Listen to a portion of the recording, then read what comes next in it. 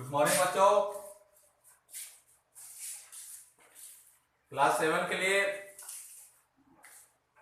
Chapter number आपका 5 acid base and salt ये आपका चल रहा है। अभी पिछले दिनों आप लोग को बताए अम्ल के बारे में, कौन कौन से अम्ल होते हैं और उनके क्या क्या गुण होते हैं, ये भी आप लोगों को मैंने बताया। आज कुछ ऐसे अम्ल हैं जिनका प्रयोग किस किस क्षेत्र में किया जाता है उसके बारे में बताएंगे। उसके बाद आपका ये अम्ल का जो टॉपिक है वो समाप्त होगा। तो देखिए, कुछ अम्ल का मैंने नाम लिखा है। पहले है आपका HCl जिसको हम लोग कहते हैं हाइड्रोक्लोरिक अम्ल। दूसरा आपका है HNO3 जिसको कहते हैं हम लोग नाइट्रिक अम्ल। और तीसरा आपका H2SO4 जिसको हम लोग कहते हैं सल्फ्यूरिक अम्ल। ये तीन अम्ल है। लिखा हुआ यूजेस ऑफ एसिड यानी कुछ अम्लों के उपयोग। ये तीनों अम्ल का उपयोग प्रमुख रूप से किस किस क्षेत्र में किया जाता है, तो मैं आप लोगों को इसके बारे में बताता हूं। सबसे पहले आपका है HCl जिसको हम लोग कहते हैं क्या, हाइड्रोक्लोरिक अम्ल। इसका प्रयोग जो होता है धातुओं की सोल्डिंग में यानी टांका लगाने में, टीन की परत चढ़ाने में, आयरन और जिंक की परत चढ़ाने में, ये सब क्षेत्र में आपका ये HCl यानी हाइड्रोक्लोरिक अम्ल का प्रयोग किया जाता है।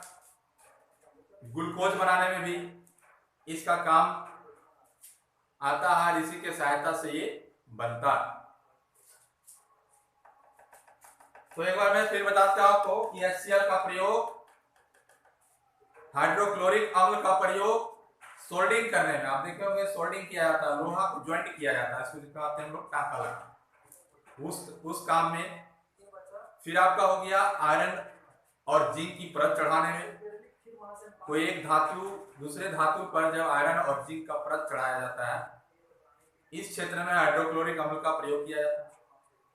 तो इस तरह से ये अम्ल जो है कुछ हमारे लिए उपयोग में लाने के लायक है, इसके लिए हम लोग इसको प्रयोग करते हैं। दूसरा आपका नाइट्रिक अम्ल। नाइट्रिक अम्ल का उपयोग जो है सोना, चांदी जैसे धातुओं के निष्कर्षण में, निष्कर्षण का अर्थ होता है शुद्धिकरण करने में किया जाता है। ठीक है। तांबे यानी कॉपर, पीतल जिसको कहते हैं ब्रास, कांसे, ब्रोंजन, ये सब कुछ ऐसे धातुएं पर नकाशी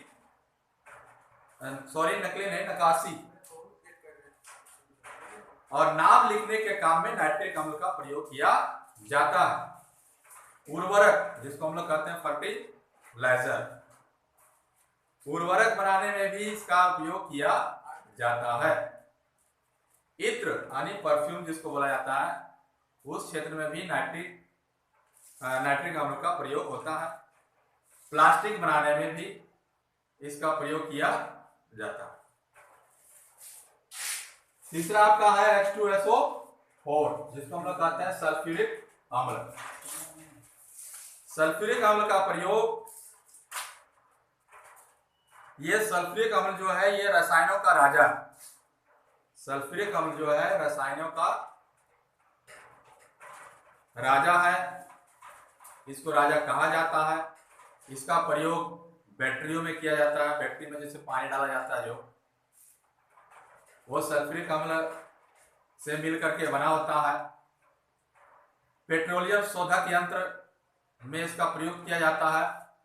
जैसे जमीन के अंदर से जो पेट्रोलियम जो निकाला जाता है, वह उसमें बहुत सारे अन्य तेल भी मिला हुआ रहता है, इसके लिए इसको शुद्ध करने के काम में आपका सल्फ्यूरिक अम्ल का प्रयोग किया जाता है। डिटर्जेंट यानी कि डिटर्जेंट का होता है साबुन वगैरह में जो क्या कहते हैं उसको पाउडर बनता है, उस क्षेत्र में भी इसका प्रयोग किया जाता है। उर्वरक बनाने में इसका प्रयोग किया जाता है, दवा बनाने में इसका प्रयोग किया जाता है। ये सब क्षेत्रों में सल्फ्यूरिक अम्ल का अधिक से अधिक प्रयोग होता है।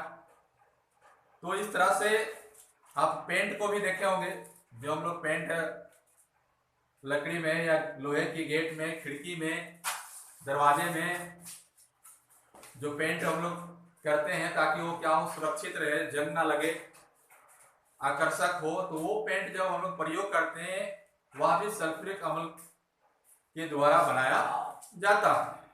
तो इस तरह से ये अम्ल का कुछ जो अम्ल है बहुत उपयोगी है। अब है क्षारक यानी बेसिस।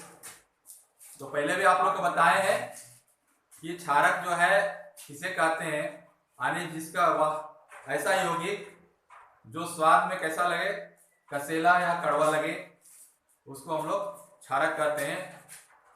तो इसके बारे में पूर्ण डिटेल जो होता है, क्षारक के गुण, कौन कौन से क्षारक हैं, इसका पूर्ण विवरण में अगले वीडियो के माध्यम से आप लोग को बताऊंगा। आज आपको मैंने हम लोग के बारे में कुछ उपयोगी अम्ल जो है इसके बारे में आपको बताया, क्योंकि समय को ध्यान में रखते हुए अगले दिन मैं आपको क्षारक के बारे में पूर्ण जानकारी देंगे। थैंक यू, धन्यवाद।